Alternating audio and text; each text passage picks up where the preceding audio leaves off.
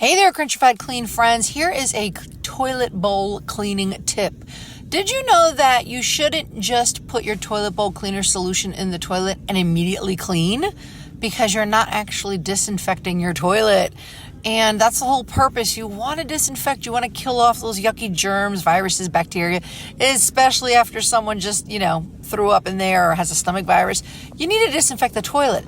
So you have to look at the back of the label and see that there's either a 5 or a 10-minute dwell time, meaning you have to leave the toilet bowl cleaning solution in the toilet for that amount of time before you flush it down so that you could properly sanitize and disinfect. One thing I noticed that was strange, that the 7th generation toilet bowl cleaner does not have a recommended dwell time in the back. So I'm not really sure if that's actually a disinfectant. So I'm going to stick to the disinfectant toilet bowl cleaners.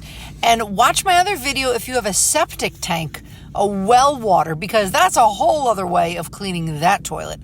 Crunchy Cleaning by Kathy.